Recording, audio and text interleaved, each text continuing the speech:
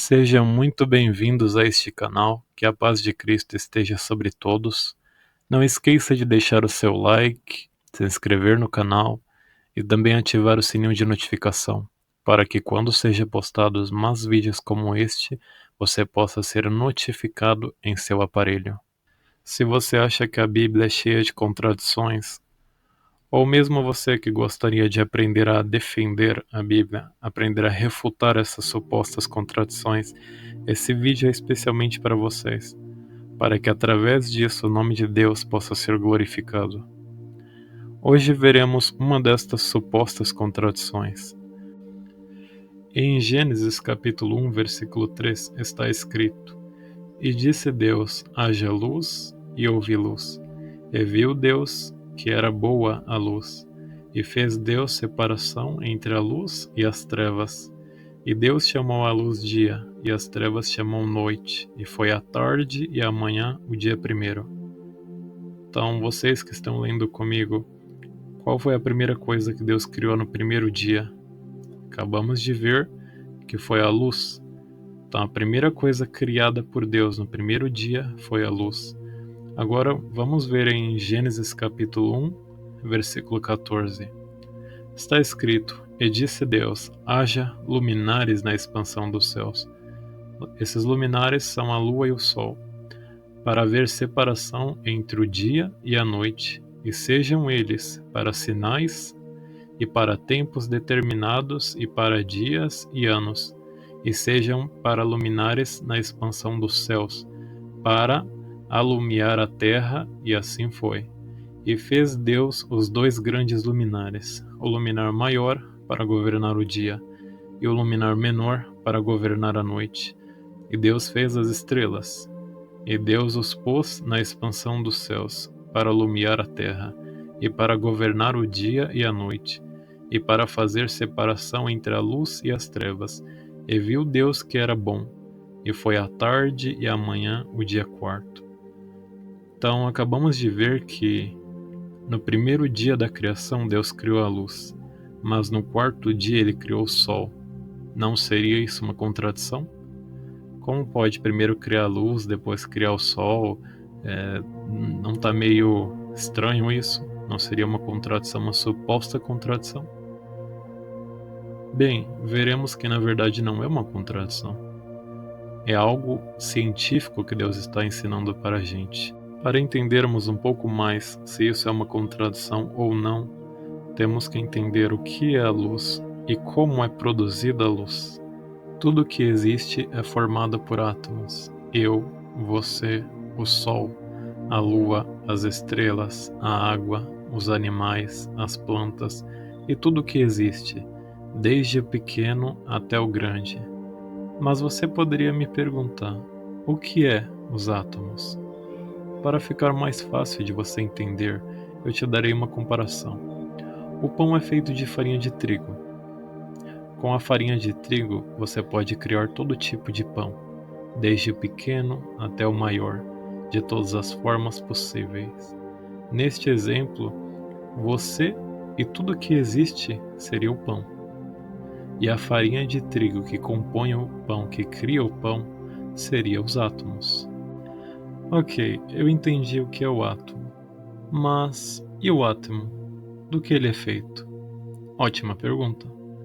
O átomo é formado por três coisas ainda menores que o próprio átomo, que são os elétrons, prótons e nêutrons, mas neste vídeo falaremos apenas do elétron, que é responsável pela produção da luz.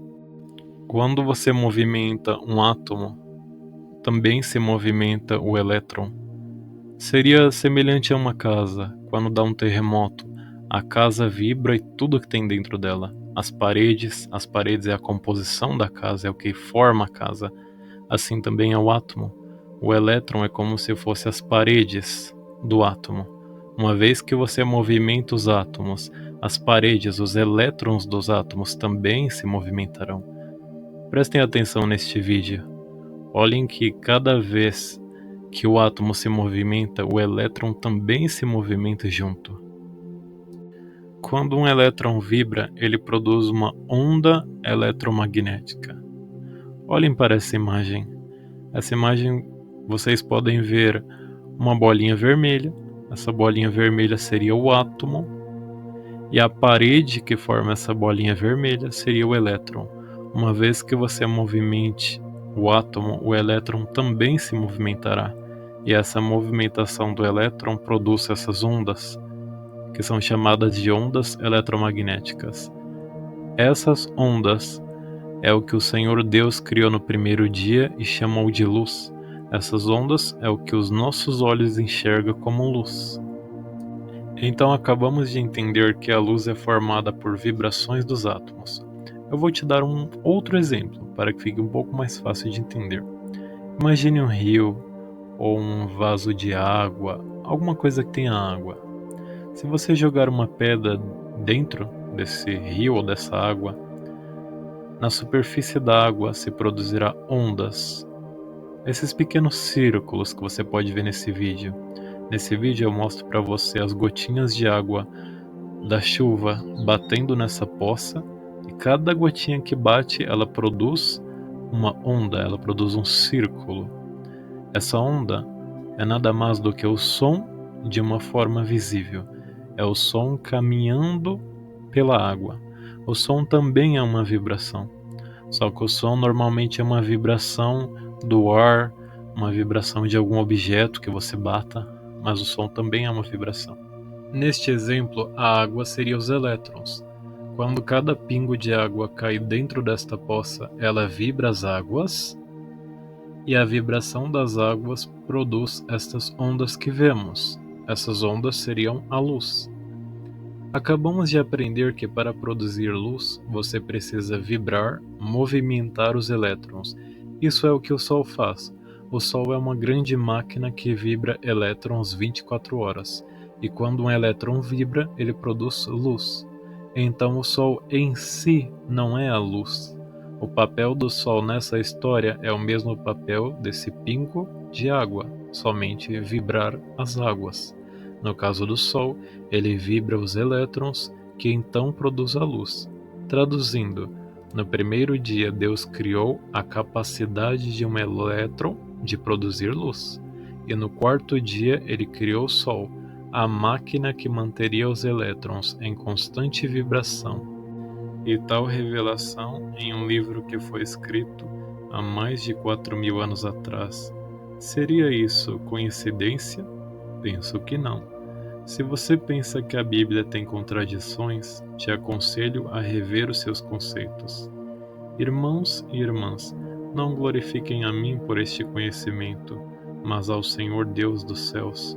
Não foi Ele que me capacitou de entender estas coisas, para que você também pudesse entender a grandeza do Senhor Deus? Não foi Ele que criou tudo isto? Assim como está escrito em Provérbios capítulo 3, versículo 19, por meio da sua sabedoria o Senhor firmou os alicerces da terra. Por seu entendimento fixou no lugar os céus. Pelo seu conhecimento as fontes mais profundas se rompem e as nuvens gotejam. Olho para o céu e vejo amanhecer, e no fim de mais um dia vem o entardecer.